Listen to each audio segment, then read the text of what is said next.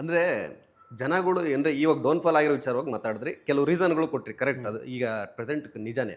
But ಇದ್ರ ಜೊತೆಗೆ ನಮ್ಮ ಸ್ಯಾಂಡಲ್ವುಡ್ಗೂ ಕೆಲವು ಎಕ್ಸಾಂಪಲ್ಗಳಿದೆ ಅಂದರೆ ಡೌನ್ಫಾಲ್ ಆಗೋದಕ್ಕೆ. ಒಂದು ಅಪ್ಪು ಸರ್ ಹೋದ್ರು, ಸೊ ಅವಾಗ ಜನ ಅಲ್ಲೂ ಕೂಡ ಸಿನಿಮಾ ಬಿಟ್ಟು ಫ್ಯಾಮಿಲಿ ಬರೋಂಥವ್ರು ಸ್ಟಾಪ್ ಆಯಿತು. ಇವಾಗ ಮತ್ತೋರ್ವ ದರ್ಶನ್ ಸರ್ತು ಈ ಥರ ಆಯಿತು. ಸೊ ಈ ವಿಚಾರಗಳು ಕೂಡ ಕಾರಣ ಅಂತ ಇದೆ. ಸೊ ಇದ್ರ ಬಗ್ಗೆ ನಿಮ್ಮ ಅಭಿಪ್ರಾಯ? ಸರ್ ಹೌದು, ಇದು ಎರಡು ಮೇಜರ್ ಹೊಡ್ತಾನೆ. ಬಟ್ ಇವೆಲ್ಲ ಏನಂದ್ರೆ ಆ ಕಾಲ ಅಂತಿರುತ್ತಲ್ಲ, ಅದನ್ನ ಯಾರು ತಡೆಯೋಕ್ಕಾಗಲ್ಲ. ಹೌದಲ್ವಾ? ನಮಗೆ ತೀರಾ ಅಂದ್ರೆ ನಾವು ಅವ್ರು ನೋಡಿ ಬೆಳೆದವರು. ಸೊ ಒಬ್ಬ ಹೀರೋ ಆಗಬೇಕು ಅಂತ ಅಂಥ ಹೀರೋಸ್ನ ನೋಡೇ ನಾವು ಬೆಳೆದವ್ರು, ಇನ್ಸ್ಪೈರ್ ಆದವರು. ಸೊ ಆ ಒಂದು ಸಂಘಟನೆ ಎಲ್ಲರಲ್ಲೂ ಒಂದು ದುಃಖಕರವಾದ ಸಂಘಟನೆ. ಬಟ್ ಇವಾಗ ಅದರಿಂದ ಏನು ಮಾಡ್ಬೋದು? ಇವಾಗ ನೋಡಿ, ನಮ್ದ್ರಲ್ಲಿ ಸರ್ಪ್ರೈಸಿಂಗ್ ಪ್ಯಾಕೇಜ್ ಅಂತ ಹೇಳಿದ್ರಲ್ಲ, ಅಪ್ಪು ಸರ್ನ ನಾವ್ ಎಲ್ಲಿ ನೆನಿಬೋದು ಅಲ್ಲಿ ನೆನಿತಾ ಇದೀರಿ. ಅದಕ್ಕೋಸ್ಕರನೇ ನಮ್ದ್ರಲ್ಲಿ ಸುಮ್ಮನೆ ನೇಮಿಂಗ್ ಆಗಿ ತಂದಿಲ್ಲ ನಾವು ಅಪ್ಪು ಸರ್ನ. ಅಪ್ಪು ಸರ್ ಫ್ಯಾನ್ಸ್ಗೆ ನಾನು ಹೇಳೋದಾಗ್ಲಿ, ಇಲ್ಲಾಂದ್ರೆ ಯಾರಿಗೋ ಒಂದು ಹೇಳೋದಾಗ್ಲಿ ಪ್ರೇಕ್ಷಕರಲ್ಲಿ. ಸೊ ನಾವು ತಂದಿದ್ದೀರಲ್ವಾ ಆ ಅಪ್ಪು ಸರ್ ಎಮೋಷನ್ಸ್ನ, ನೀವು ಖಂಡಿತವಾಗ್ಲೂ ಫೀಲ್ ಆಗೇ ಆಗ್ತೀರಾ, ಖಂಡಿತವಾಗ್ಲೂ ಫೀಲ್ ಆಗ್ತೀರಾ. ಆಸ್ ವೆನ್ ನೀವು ಮೂವಿ ಬಂದು ನೋಡಿದಾಗ ಅದು ಥಿಯೇಟ್ರಲ್ಲಿ.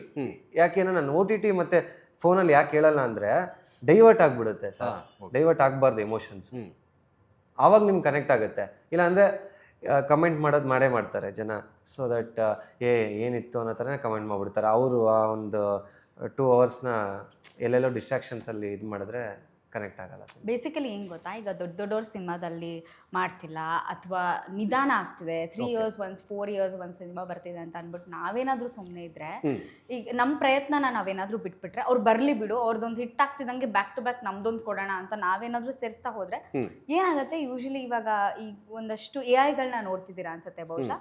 ಕೆಂಪೇಗೌಡರು ಅಕಸ್ಮಾತ್ ಬೆಂಗಳೂರಿಗೆ ಬಂದು ಎಲ್ಲೋ ನಮ್ದು ಕೆರೆ ಅಂತ ಕೇಳಿದ್ರೆ ಮೆಜೆಸ್ಟಿಕ್ ಆಗಿದೆ, ಎಲ್ಲೋ ನಮ್ದು ಕೆರೆಗಳಂದ್ರೆ ಬಿಲ್ಡಿಂಗ್ಸ್ ಆಗಿದೆ, ಅವರು ಬೇಜಾರು ಮಾಡ್ಕೊಂಡು ವಾಪಸ್ ಹೋಗಿರುವಂಥ AI ನೋಡ್ತೀವಿ. ಅದು ಎಷ್ಟು ಮೆಸೇಜ್ ಕೊಡುತ್ತೆ. ಶಂಕರ್ ನಾಗ್ ಸರ್ ನೀವೇ ಇದ್ದೀರಾ, ನಿಮ್ದೇ ಮೆಟ್ರೋ, ನಾನು ಕಂಡಿದ್ ಮೆಟ್ರೋ ಕಣೋ ಸಕ್ಕತ್ತಾಗಿದೆ ಅಂತ ಒಂದು ಆಟೋದಲ್ಲಿ ಕುತ್ಕೊಂಡು ಹೇಳ್ತಾರೆ. ಆಟೋ ಡ್ರೈವರ್ ಹೇಳ್ತಾರೆ, ಸರ್ ಆದ್ರೂ ಕೂಡ ನಿಮ್ಮ ಹೆಸರು ಒಂದ್ ಮೆಟ್ರೋಗೂ ಇಟ್ಟಿಲ್ಲ ಸರ್ ಅಂತ. ಆಗ ಅವ್ರು ವಾಪಸ್ ಬೇಜಾರ್ ಮಾಡ್ಕೊಂಡು ಹೋಗ್ತಾರೆ.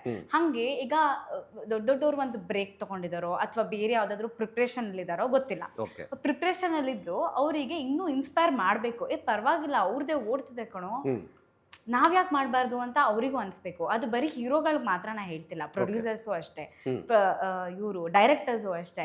ಒಳ್ಳೊಳ್ಳೆ ಸಖತ್ ಕತೆ ಮಾಡ್ಕೊಂಡು ಹಿಂಗೆ ಹಿಡ್ಕೊಂಡು ಕೂತಿರ್ತಾರೆ. ಅದಕ್ಕೊಂದು ಟೈಮ್ ಅಂತ ಬೇಕು ಅದನ್ನ ಬಿಡುಗಡೆ ಮಾಡೋದಕ್ಕೆ ಅಥವಾ ಅದನ್ನ ಪ್ರೊಜೆಕ್ಟ್ ಮಾಡೋದಕ್ಕೆ ಅಥವಾ ಅದನ್ನ ತರೋದಕ್ಕೆ. ಅದಕ್ಕೆ ನಾವು ಇನ್ಸ್ಪೈರ್ ಆಗಬೇಕು ಅನ್ನೋದು. ಅಂದರೆ ಪರವಾಗಿಲ್ಲ ಹೊಸೊಬ್ಬರೇ ಮಾಡ್ತಿದ್ದಾರೆ, ನಾವ್ಯಾಕೆ ಮಾಡಬಾರ್ದು ಅಂತ. ಅವರು ಹಿಂದೆ ಹೋಗಿದ್ದಾರೆ ಗೊತ್ತಾ, ಅವ್ರು ಹಂಗೆ ಹೋಗೋದಕ್ಕೆ ನಾವು ಬಿಡೋದಕ್ಕೆ ಇಷ್ಟ ಇಲ್ಲ. ನನಗೆ ಭಯ ಇರೋದು ಅದೇ. ಮೊನ್ನೆ ನಾನು ಅದಕ್ಕೆ ಆ ಪ್ರಶ್ನೆ ಕೇಳಿದ್ದು, ಸರ್ ಮಾಡಿ ಸರ್ ದಯವಿಟ್ಟು ಸಿನಿಮಾಗಳನ್ನ ಮಾಡಿ, ಅವಕಾಶ ಸಿಗದೇ ಇದ್ರೂ ಪರವಾಗಿಲ್ಲ, ನಾನು ಒಂದು ಆರ್ಟಿಸ್ಟ್ ಆಗಿ ನನಗೆ ಸಿಗದೇ ಇದ್ರೂ ಪರವಾಗಿಲ್ಲ, ದಯವಿಟ್ಟು ಸಿನಿಮಾ ಮಾಡಿ. ಬಿಕಾಸ್ ನಾನು ಅದ್ರಲ್ಲಿ ಇದ್ರೆ ಮಾತ್ರ ಸಿನಿಮಾ ಪ್ರಮೋಟ್ ಮಾಡ್ತೀವಿ ಅಂತಲ್ಲ. ಈಗ ನಮ್ಮನ್ನ ಬೇರೆ ಯಾವ್ದಾದ್ರು ಸಿನಿಮಾ ಕರೆದ್ರು ನಾವು ಇದೇ ಥರನೇ ಪ್ರಮೋಟ್ ಮಾಡ್ತೀವಿ. ಯಾವ ಸಿನಿಮಾ ಆದ್ರೂ ನಾವು ಬಿಟ್ಕೊಡಲ್ಲ. ಈಗ ಯಾವುದಾದ್ರೂ ಒಂದು ರೀಲ್ಸ್ ಮಾಡಿ ಅಂತ ಅಂದರೆ ರೀಲ್ಸ್ ಖಂಡಿತ ನಾವು ಮಾಡ್ತೀವಿ, ಬೇರೆ ಸಾಂಗ್ಸ್ಗೆ ಬೇರೆ ಸಿನಿಮಾಗೆ. ಇಂಡಸ್ಟ್ರಿ ಉಳಿಲಿ ಅಂತ ಅಷ್ಟೇ ಬಿಟ್ರೆ ಬೇರೆ ಏನೂ ಉದ್ದೇಶ ಇಲ್ಲ. ಸೊ ಹಾಗೆ ಮತ್ತೆ ವಾಪಸ್ ಹೆಂಗೆ ಶಂಕರ್ ನಾಗ್ ಸರ್, ಕೆಂಪೇಗೌಡ ಸರ್ ಎಲ್ಲ ಬಂದಿದ್ದಿದ್ರೆ ಅಕಸ್ಮಾತ್ ಎದ್ದು ಅವರು ಹೆಂಗೆ ಫೀಲ್ ಆಗ್ತಿದ್ರು, ನಾವು ಇಷ್ಟು ದೇಶನೇ ಇಷ್ಟು ಕುಲ್ಗೆಡ್ಸ್ಬಿಟ್ಟಿದೀವ, ಇಷ್ಟು ಕಸ ಹಾಕಿದೀವ, ಇಷ್ಟು ಗಲೀಜಾಗಿದ್ದೀವ ನಾವು ಅಂತ ಅನ್ನೋದಕ್ಕಿಂತ ಏನೋ ಸ್ವಚ್ಛ ಮಾಡಿದೀವಪ್ಪ ಅಲ್ಲಲ್ಲ, ಅಟ್ಲೀಸ್ಟ್ ಅವ್ರು ನೋಡಿದ್ರೆ ಖುಷಿನಾದರೂ ಆಗುತ್ತೆ. ಹಾಗೆ ಸಿನಿಮಾಗಳು ಅಟ್ಲೀಸ್ಟ್ ಅವ್ರು ನೋಡಿದ್ರೆ ಖುಷಿ ಆಗಬೇಕು. ಪರವಾಗಿಲ್ಲ, ಒಂದೊಳ್ಳೆ ರಿಲೇಷನ್ಶಿಪ್ ಬಗ್ಗೆ ಸಿನಿಮಾ ಮಾಡಿದ್ದೀರಾ, ಒಂದೊಳ್ಳೆ ಫ್ರೆಂಡ್ಶಿಪ್ ಬಗ್ಗೆ ಸಿನಿಮಾ ಮಾಡಿದ್ದೀರಾ, ಒಂದೊಳ್ಳೆ ಪ್ರೇಮಿಗಳ ಬಗ್ಗೆ ಮಾಡಿದ್ದೀರಾ, ಅಂದರೆ ಒಳ್ಳೆ ರೀತಿಯಲ್ಲಿ ಮಾಡಿದ್ದೀರಾ. ಯಾವುದೋ ಐಟಮ್ ಸಾಂಗ್ಸು ಏನೋ ಒಂದು ಇಲ್ಲದೆ ಚೆನ್ನಾಗಿ ಪ್ಯೂರೆಸ್ಟ್ ಆಗಿ ಮಾಡಿದ್ದೀರಾ, ಒಂದು ಫ್ಯಾಮಿಲಿ ಓರಿಯೆಂಟೆಡ್ ಸಿನಿಮಾ ಅಂತ ಅನ್ನಿಸ್ಬೇಕು ಅನ್ನೋ ಕಾರಣಕ್ಕೆ ನಾವು ಇಷ್ಟು ಹೇಳ್ತಿರೋದು. ಲೈಕ್ ಸಿನಿಮಾ ನೋಡಿ ಈಗ ನಾವು ಒಂದು ಪ್ರಾಡಕ್ಟ್ ರೆಡಿ ಮಾಡಿದ್ದೀವಿ ಅಂದ ತಕ್ಷಣ ನಾವು ರೆಡಿ ಮಾಡಿದ್ದೀವಲ್ಲ, ಕಷ್ಟಪಟ್ಟು ಮಾಡಿದ್ದೀವಲ್ಲ, ಅದಕ್ಕೆ ನೋಡಿ ಅಂತ ಖಂಡಿತ ಹೇಳ್ತಲ್ಲ. ನಿಜವಾಗ್ಲೂ ನಾವು ಮಾಡಿರೋದೇ ನೀವು ನೋಡಲಿ ಅಂತ ಆ ಒಂದು ಉದ್ದೇಶ ಇದೆ. ಆ ಉದ್ದೇಶಕ್ಕೆ ತಕ್ಕಂಥ ಪ್ರತಿಫಲನೂ ನಿಮಗೆ ಖಂಡಿತ ಸಿಗುತ್ತೆ. ಬಂದಿದ ತಕ್ಷಣ ಇಟ್ಸ್ ನಾಟ್ ಲೈಕ್ ಯಾಕೆ ನಾವು 300 ರೂಪಾಯಿ ಕೊಟ್ಟೆ, ಯಾಕೆ 200 ರೂಪಾಯಿ ಕೊಟ್ಟೆ ಅಂತ ನಿಮಗೆ ಖಂಡಿತ ಅನಿಸಲ್ಲ. ಆ ಸಾಂಗ್ ಚೆನ್ನಾಗಿತ್ತು, ಆ ರಿಲೇಷನ್ಶಿಪ್ ಚೆನ್ನಾಗಿತ್ತು, ಹೌದಲ್ಲ ಕರೆಕ್ಟು, ನಾನು ರಿಲೇಷನ್ಶಿಪ್ನ ಉಳಿಸ್ಕೊಳ್ಳೋದಕ್ಕೆ ನಾನೊಂಚೂರು ಪ್ರಯತ್ನ ಮಾಡಬೇಕಿತ್ತು ಅಂತ ಅವರಿಗೆ ಮನವರಿಕೆ ಆಗುವಂಥ ಕೆಲವೊಂದು ಎಲಿಮೆಂಟ್ಸ್ನ ಇಟ್ಟಿರೋದ್ರಿಂದ ಇಟ್ ಈಸ್ ವರ್ತ್ ಇಟ್ ಅಂತ ನನಗನ್ಸುತ್ತೆ. ನೋಡಲೇಬೇಕಾದಂತಹ ಸಿನಿಮಾ. ಓಕೆ, ಸೊ ಇಬ್ರು ಸ್ವಲ್ಪ ಸೀರಿಯಸ್ ವಿಚಾರಗಳನ್ನ ಟಾಪಿಕ್ ಬಗ್ಗೆ ಅದೇ ಇದಕ್ಕಿನ್ನೊಂದು ಆ್ಯಡ್ ಆನ್ ಮಾಡೋದಾದರೆ ಒಬ್ಬ ಕಲಾವಿದನಿಗೆ ಯಾವಾಗ ಅಂದರೆ ಇದು ಯಾವಾಗ ಸಾವನ್ನದಿರುತ್ತೆ ಅಂತ ಹೇಳಿದ್ರೆ ಎಲ್ಲಿವರೆಗೂ ಪ್ರೇಕ್ಷಕನಿರ್ತಾನೋ ಅಲ್ಲಿವರೆಗೂ ಕಲಾವಿದನಿಗೆ ಸಾವನ್ನದಿರಲ್ಲ. ಪ್ರೇಕ್ಷಕ ಯಾವತ್ತೋ ಅದು ಇದಾಗುತ್ತೋ ಅವತ್ತೋ ಆ ಒಂದು ಕಲಾವಿದನಲ್ಲಿ ಆ ಕಲೆ ಅನ್ನೋದು ಸಾಯುತ್ತೆ. ಈ ಗ್ರ್ಯಾಂಡಿಯರ್ ಅಂತ ಇದೆಯಲ್ಲ ಸರ್, ಇವಾಗ ಮ್ಯಾಮ್ಗೆ ನಾನು ಸುಮ್ಮನೆ ಮ್ಯಾಮ್ ಆ್ಯಕ್ಟ್ ಮಾಡಿ ಮ್ಯಾಮ್ ಅಂದರೆ ಆ್ಯಕ್ಟ್ ಮಾಡ್ತಾರೆ. ಇದೆಲ್ಲ ಸರೌಂಡಿಂಗ್ಸ್ ಏನೂ ಬೇಡ ನನಗೆ. ಮ್ಯಾಮ್ ಇಲ್ಲಿ ಒಂದು ಟ್ರೈನ್ ಹೋಗ್ತಾ ಇದೆ ಬ್ಯಾಕ್ಗ್ರೌಂಡಲ್ಲಿ, ಅದನ್ನು ಫೀಲ್ ಮಾಡಿ, ಫುಲ್ಲು ಮಳೆ ಬರ್ತಾ ಇದೆ.